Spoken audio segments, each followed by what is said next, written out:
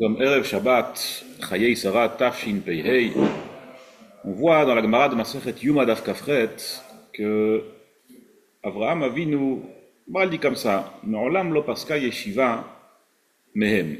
Quand le Kala Israël existait, tant que le Kala Israël existait, il y a toujours eu une yeshiva, il y a toujours eu un lieu d'étude. Et la Gemara, elle explique, Avraham Avinu zaken veyoshev be'yeshiva, shenemar v'Avraham zaken ba bayamim, Avraham Avinu il était zaken c'est zekana chokhma, il était sage et il avait une yeshiva. Ainsi, Yitzhak Avinu zaken veyoshev be'yeshiva, comme le pasuk dit, vayehi ki zaken Yitzhak. Et après la Gemara dit, Eliezer Eved Avraham zaken veyoshev be'yeshiva, Eliezer Eved Avraham aussi était zaken veyoshev be'yeshiva, lui aussi était sage et lui aussi avait une yeshiva chez Nehemar, Vayom Avraham el Avdo zekan beito. Donc on apprend zekan, c'est la sagesse. Eliezer lui aussi était sage, lui aussi avait une yeshiva. Et la Gemara continue à nous expliquer sur Eliezer, Hamoshel bechol asherlo, Eliezer il était Moshel bechol asherlo, il régnait sur tout ce qu'il avait, tout ce qu'Avraham avait. Amar Rabbi Elazar, chez Moshel betorat rabo, il régnait sur la Torah de son maître. הוא דמשק אליעזר, אמר רבי אלעזר שדולה ומשקה מתורתו של רבו לאחרים. Il puise et il abreuve de la Torah de son maître, de la Torah d'Avraham Avinu. Et sur ça le Midrash ajoute, Hamoshel bechol asher lo, sur quoi Eliezer régnait, Shaya shalit al yitzro. Il régnait sur son Yetzerara, il régnait sur son mauvais penchant. Donc on voit Eliezer, Eved Avraham, c'était vraiment pas n'importe qui, c'était Zaken v'Yoshev be'Yeshiva. La Gemara le compare à Avraham Avinu, à Yitzhak Avinu. Elle dit qu'il était Sholet Betorat Rabo, Dolé ou Mashke, Sholet Beitzro, toutes les choses qu'on peut dire sur les Avot. Eliezer, il était dans la même lignée que les Avot, c'était pas seulement Eved Avraham. D'un autre côté, on retrouve dans le Midrash que Eliezer avait le même Ziv Ikunin d'Avraham Avinu, il ressemblait à Avraham Avinu. Lorsque Avraham dit ויאמר אברהם אל עבדו זקן ביתו, מה זה זקן? שהיה זיו עיקונין שלו דומה לו. Il ressemblait à Avraham Avinu. Le Yalkut, il ramène que lorsque Lavan a vu Eliezer au départ, quand il avait avec de l'or, première réaction de Lavan, c'était de tuer Eliezer pour lui voler son or. C'est ce qu'il voulait lui faire, normal, c'était quand même son métier. Mais quand il a vu Ziv Ikunin Shelo, quand il a vu son apparence, il a vu qu'il ressemblait à Avraham Avinu, il ne l'a pas touché. En fait, il y a une question sur le Midrash, parce que a priori, selon les données qu'on a, Lavan n'était pas censé savoir à quoi Avraham ressemblait. Il ne le connaissait pas. Alors, ça veut dire quoi? Il ressemblait à Avraham. Quand il est qu'il ressemblait à quelqu'un de sadique. Quand il a vu l'apparence de Eliezer, qui était la même apparence que Avraham, deux midrashim différents, un qui dit que Zivikunin chez l'Odomé, l'autre qui dit que Lavan ne l'a pas tué parce qu'il a reconnu qu'il ressemblait à Avraham, c'est-à-dire que la tzidkut de Eliezer émanait de son visage, comme le passage dit dans Kohelet, et Rochmat Adam Tahir Panav, la sagesse d'un homme illumine son visage. Ainsi, Lavan a vu que la sagesse de Eliezer illuminait son visage, il a vu que ce n'était pas n'importe qui, au même niveau qu'Avraham Avinu, alors il ne l'a pas touché finalement. L'Ichora, après toutes ces ma'alot, on peut poser une question très forte sur le Midrash qui nous parle de la Akeïda, de la Parashat Vayeira. Yadoua, ce que le Midrash nous dit, que lorsque Avraham Avinu est arrivé avec Yitzhak, il avait avec lui aussi Ishmaël et Eliezer, quand il est parti faire Akedat Yitzhak. Et quand ils sont arrivés à Aramoria, il a vu Anan Kashur Bahar, il a vu une nuée qui était attachée à la montagne, à Aramoria. Et il demande à Yitzhak, est-ce que tu le vois? Et Yitzhak, il lui répond oui. Et Avraham demande à ses deux autres accompagnateurs, Ishmaël et Eliezer, est-ce que vous voyez vous aussi le nuage? Est-ce que vous voyez ce que je vois? Ils lui disent non. Il dit, puisque un âne ne peut pas voir, et vous non plus ne pouvez pas voir, alors asseyez-vous ici, restez là avec l'âne. Et à ce que Chazal sont d'Oresh, avec celui qui ressemble à l'âne. De là on apprend que Oved Kochavim ressemble à un âne. Et la Gemara, elle compare donc, le Midrash compare donc, et la Gemara aussi compare Eliezer à un chamor, ce qui est quand même très violent, après que Chazal nous dise dans la Gemara de Masechet Yuma, dans plusieurs midrashim différents, le niveau tellement élevé de Eliezer, qu'on le compare au Avot, qu'on est au même niveau qu'Avraham Avinu, Ken v'Yoshev be'Yeshiva, Shalit be'itzro, Moshel betorat rabo, Dolé u'mashke mitorat rabo. Après tout ça, on dit Hamor. C'est quand même, ouais, c'est violent, on est d'accord. Notre Gemara, on retrouve qu'on compare des gens élevés à un chamor, c'est la Gemara Yedoua, une Gemara connue dans Masechet Shabbat Daf Kuf Yudbet. Amar Rabbi Zeira, Amar Rava bar Zimuna, Im Rishonim Bnei Malachim, Adu Bnei Anashim. Si ceux qui nous ont précédés, les premiers, sont comparés à des enfants d'anges, alors nous sommes des enfants humains.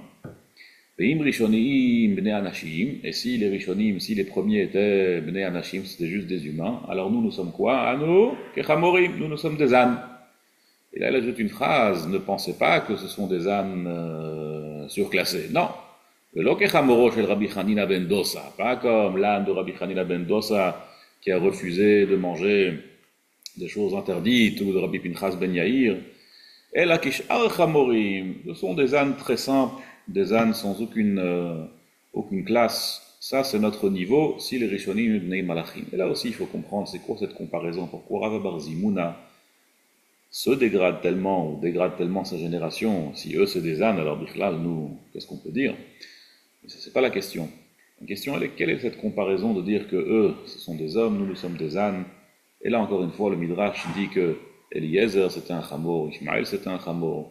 La question, elle est surtout sur Eliezer, bien que Ishmaël, elle fait tchouva à la fin, mais une question sur Eliezer, on l'appelle d'un côté quelqu'un de tellement grand, et de l'autre côté un chamor. Et les Amoraïm qui s'appellent chamorim, qui s'appellent eux-mêmes, qui s'auto-appellent chamorim, en se comparant aux Rishonim. Tout ça, il faut comprendre. On a vu dans la Gemara récemment, dans Daf Hayomi, Daf Kuf Mem Gimel Amud Aleph de Baba Batra, la même Gemara de Masechet Kiddushin Daf Mud Aleph, que lorsqu'une personne dit Kni at vechamor, achète, acquiert, toi et un âne, il donne à une personne, bon, il fait un cadeau un peu bizarre, il donne à une personne et à un âne un objet à se partager, un cadeau à se partager. Alors, tout le monde sait qu'on ne peut pas faire acquérir quoi que ce soit à un âne. Un âne n'a pas de koach kinyan, il n'a pas la capacité d'acquérir quelque chose. Donc ici, quand il donne un cadeau à un humain et à un âne, il y a une partie du cadeau qui ne fonctionne pas. Alors sur ça, il y a 3 chitotes dans la Gemara, 3 avis. Un nous dit que le kinyan n'a pas lieu d'être, puisque une partie du kinyan ne peut pas être validée, alors tout le kinyan est annulé. Une autre chita nous dit que dans ce cas-là, tout le kinyan bascule vers l'humain, puisque le chamor ne peut pas acquérir. Il y a une autre chita, ça c'est la halakha qui a été tranchée dans Siman Reshut Seif Gimel de Choshen Mishpat, que Kana Chetzi, il a acquis la moitié. L'autre moitié, elle reste encore chez le donneur. On voit qu'un chamor, il est complètement détaché de l'humain. Il n'a aucun lien avec l'être humain. Sabbat de Kelm, il explique. C'est un peu évident quand on réalise ce que le Sabbat de Kelm nous dit, mais il faut le dire, il faut quand même l'exprimer. Sabbat de Kelm, il dit que quand on compare deux choses, ou quand on compare plutôt un Adam Gadol, un Adam Katan chez Baktanim, ou un Katan, quelqu'un de grand vis-à-vis de quelqu'un de petit, alors il y a toujours 2 échelles. Il y a l'échelle de la kamut et l'échelle de la ichut, l'échelle de la quantité et l'échelle de la qualité. Quand on parle de quantité, par exemple, un Adam Gadol, il connaît tout le chasse. Et moi, j'ai à peine étudié un demi-amoud. Alors là, la comparaison, elle est purement quantitative. Lui, il connaît tout. Moi, je connais un petit peu. Mais c'est un petit peu qui est une partie de tout. Et ça, c'est quelque chose qui est rattrapable. Ça demande du temps, du travail, de l'énergie, de l'effort. Mais c'est rattrapable. Et il y a une autre comparaison, qui est celle de la ichou, de la qualité. Celle de la qualité, en vérité, on appelle ça une comparaison, mais ce n'est pas du tout une comparaison. Et lui, il explique ça avec un lachon très simple et très beau. Il dit, si on prend par exemple plusieurs cerveaux de plusieurs êtres humains, et on le combinerait en un seul cerveau, qu'est-ce qu'on obtiendrait? Un cerveau de génie, un cerveau très fort, c'est normal. Imaginons, on associe plusieurs capacités de plusieurs cerveaux, on le met en un seul cerveau, on a un cerveau très puissant. Mais si on prend plusieurs cerveaux d'âne, et on les associe tous à un seul cerveau, est-ce qu'on aura un cerveau d'être humain? A priori non. A priori non. Même certainement non. L'un est comparable, et donc la quantité peut être rattrapée, la comparaison a lieu d'être. L'autre, la comparaison n'a même pas lieu d'être, ça n'a absolument rien à voir. Quand on a 1 euro et quelqu'un 1 million d'euros, on a une partie du million d'euros, une partie infime qui n'a aucune signification, mais on a quand même une partie de ce que lui il a. Mais si quelqu'un, par exemple, est un homme spirituel, que tout ce qui l'intéresse, c'est Torah mitzvot, et moi je suis un être humain, que tout ce qui m'intéresse, c'est juste le Ralamazel, ce monde-ci. Alors on n'a pas du tout le même centre d'intérêt, on n'a aucune comparaison, on n'arrive même pas à se comprendre, on n'a aucun lien. Mimeil nous dit Rava Barzimuna, au même titre qu'un homme n'a aucune notion de ce que c'est qu'un ange. C'est incomparable, ça se dit même pas dans la même phrase. Et un âne n'a aucune comparaison, aucun lien avec un être humain. Ainsi, nous non plus, nous n'avons aucun lien avec les Rishonim. On n'a aucune shayachut dans la qualité de ce que les Rishonim ils avaient. On peut peut-être connaître une partie de ce qu'ils connaissaient, on peut peut-être étudier une partie de ce qu'ils ont étudié, on peut peut-être même étudier tout ce qu'ils ont étudié et connaître tout ce qu'ils ont connu. Mais la comparaison ne restera pas la même puisqu'on n'a aucun lien avec le niveau qu'ils avaient, on n'a aucune shayachut.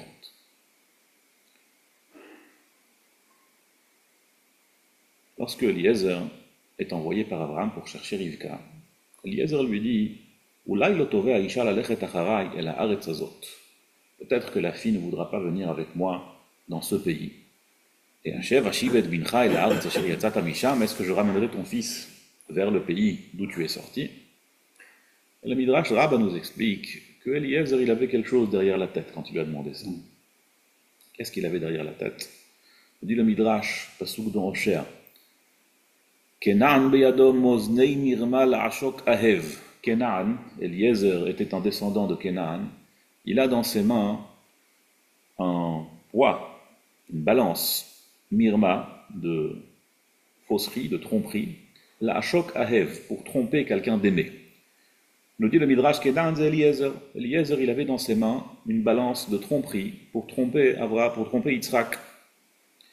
Et il voulait offrir la main de sa fille à Yitzhak, à la place de l'éventuelle fille qu'il allait trouver là où Abraham l'a envoyée. Il s'est demandé, est-ce que ma fille elle est réouïa, est-ce que ma fille est apte à être mariée avec Yitzhak? Et sur ça le Midrash dit un lachon très harif. Amarlo, ata arur ubni baruch, ve'en arur middabek bebaruch. Même si ta fille, c'est une fille qui est très bien, c'est sûr qu'Eliezer n'aurait jamais osé proposer sa fille à Yitzhak s'il ne pensait pas qu'elle avait un niveau d'être mariée à Yitzhak. Quand bien même, lui dit Abraham, c'est pas compatible. Ani baruch v'ata arur, sheneemar arur kenan. Pourquoi? Parce qu'il n'y a aucune comparaison. La Shok Ahev, Eliezer, la problématique qu'il ne pouvait pas mesurer avec la bonne balance la différence fondamentale et abyssale qu'il y a entre Eved et Ino Eved, entre Baruch et Arur, c'était ça, le Moznei Mirma. C'était là où sa balance était biaisée. Il ne pouvait pas réellement mesurer la différence entre Arur et Baruch. On retrouve ça dans Aman et Mordechai. Très connu, les paroles de l'Agmara qui sont importantes dans le Shulchan Aruch. Chaya venit livasum et puraya, adel yada ben Arur Aman le Baruch Mordechai.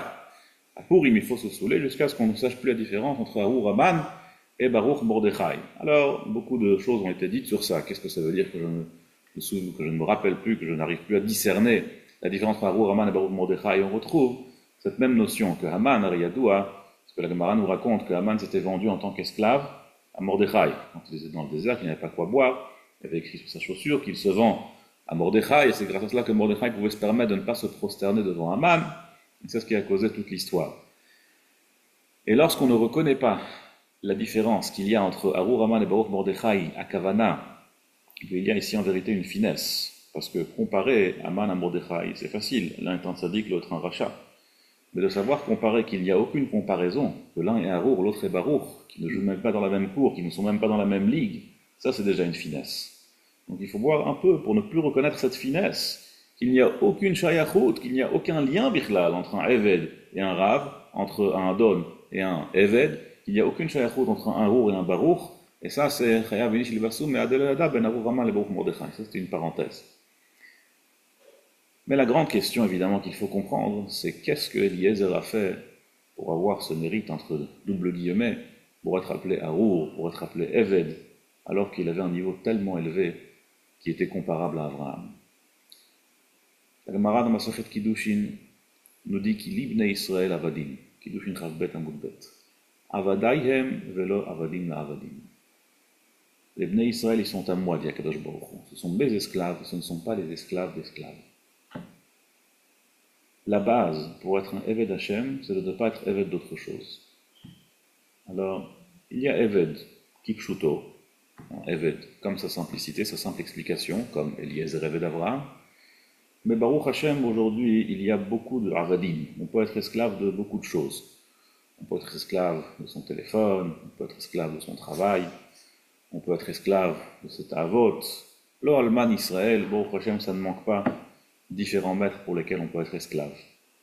Et lorsqu'on est esclave à autre chose qu'à Kadosh Baruch Hu, même si on fait tout ce qu'il faut, on applique la Torah, on applique les mitzvot, on étudie la Torah, on est des bons juifs, mais si on est aussi esclave d'autre chose, si on est aussi Eved d'autre chose, alors il nous manque dans la comparaison entre un Eved et un She'eino Eved, entre un Eved Hashem et quelqu'un qui n'est pas Eved Hashem.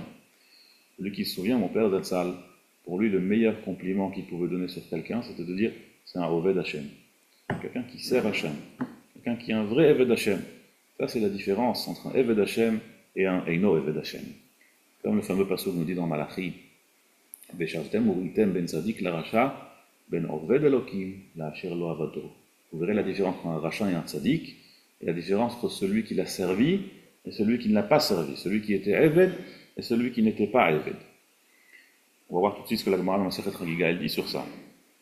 Mais le pshat pashut, c'est que, à part la différence entre un tzaddik et un rachat, il y a une différence abyssale qui n'est même pas comparable entre quelqu'un qui est Eved Hashem et quelqu'un qui est Eved Hashem, mais aussi Eved autre chose. Et tant que Eliezer avait le fardeau, le joug d'un autre Adon que celui de Kadosh Baruch Hu, eh bien, sa chirut adat, sa liberté d'esprit pour être un Eved Hashem, n'était pas là. Et par conséquent, il est Arour, il est Eved, Ani Baruch Vatar, il est incomparable à Abraham, incomparable à tout le reste, malgré son niveau très élevé. Et où est-ce qu'on retrouve que Eliezer est devenu Baruch? Dit le Midrash, lorsque Lavan a vu Eliezer, il l'a invité chez lui et lui a dit Bo Beruch Hashem.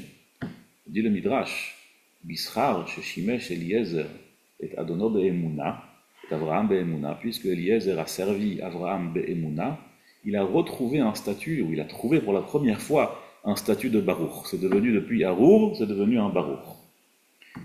Be'emuna ici nous désigne le fait que Eliezer a mis de côté toutes ses négiotes, a mis de côté toute sa avdout pour Avraham, toute sa avdout pour ses propres ambitions d'être Mechoutan avec Avraham, et il a servi Avraham maintenant pour trouver un autre Shidur à Yitzhak.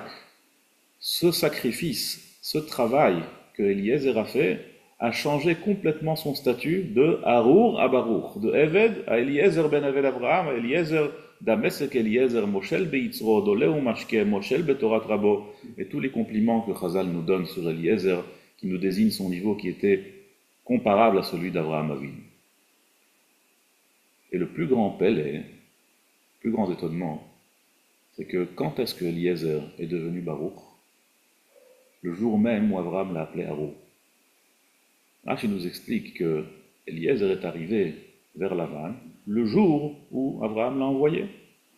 Va'avo el ha'ain, baybo bayom alach, bo bayom egia. Ce jour-là, il est parti, ce jour-là, il est arrivé, nous explique Rashi.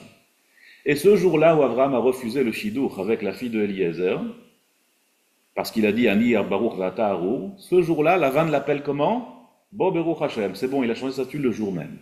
C'est-à-dire qu'on retrouve avec une seule action que Eliezer a fait Be'emuna, il a complètement changé son statut, il est devenu Baruch. Et ça, c'est ce que la Gemara nous dit dans Masechet Chagiga sur le pasuk. Le Oved Elokim, ben Oved Elokim, la Asher lo avado. La différence entre un Eved Hashem et quelqu'un qui ne l'a pas servi. Qu'est-ce que la Gemara nous dit? Quelque chose de très étonnant. Tout le monde connaît cette Gemara dans Masechet Chagiga d'Aftet. Et inodome shone pirko mea pe'amim le shone pirko mea ve'echa. La Gemara demande Hainu tzadik, Hainu avado, Hainu racha, Hainu shelo avado. Quelle différence est-il entre un tzadik et quelqu'un qui sert Hachem, et un rachat et quelqu'un qui ne sert pas Hachem? C'est exactement la même chose, nous demande la Gemara. Pourquoi est-ce qu'il y a cette redondance dans le pasuk de Veshav de Muritem ben Sadik la Racha ben Oved Elokim la Asher lo avado? C'est exactement pareil, nous dit la Gemara, pas du tout. Là, il s'agit de quelqu'un qui est tzadik, mais qu'il n'a pas servi Hachem. Pourquoi est-ce qu'il n'a pas servi Hachem? Parce que Eino dome shone pirko mea pe'amim le shone pirko mea ve'echad. ne ressemble pas celui qui a étudié son limoud 100 fois à celui qui l'a étudié 101 fois. Alors évidemment, tout le monde demande sur cette Gemara, quoi? Ça c'est la différence qu'il y a entre un Eved et un Sheino Eved. Le pshat, il est, en tout cas un des pshatim, que parfois il suffit d'une fois en plus, mais une fois qui est complètement différente du reste. Une fois où, Behemet, profondément, on fait la même action qu'on a peut-être fait 100 fois, et à chaque fois que la Gemara dit 100 fois, ça veut dire énormément de fois, comme souvent la Gemara dit Me'adorot, ad Me'adorot, 100 générations, c'est pour dire beaucoup. Même une action qu'on a fait d'innombrables fois, il suffit parfois qu'on la fasse encore une fois, mais cette fois-ci, sans aucune negia ishit, sans aucune pensée personnelle, sans aucune ambition personnelle, une action qui est 100% Eved Hashem, 100% pour Akadosh Baruch Hu, cette action-là peut complètement changer le statut d'une personne. Et même si avant elle n'était pas comparable à un être humain, pas comparable à un ange, avec une seule action, on peut devenir et changer de statut depuis l'Oved Hashem, la Asher Avado, avec une seule action. Beruch Hashem, on a la possibilité de complètement changer avec une seule action, et ça c'est une occasion à ne pas rater. Kol Tov et Shabbat Shalom.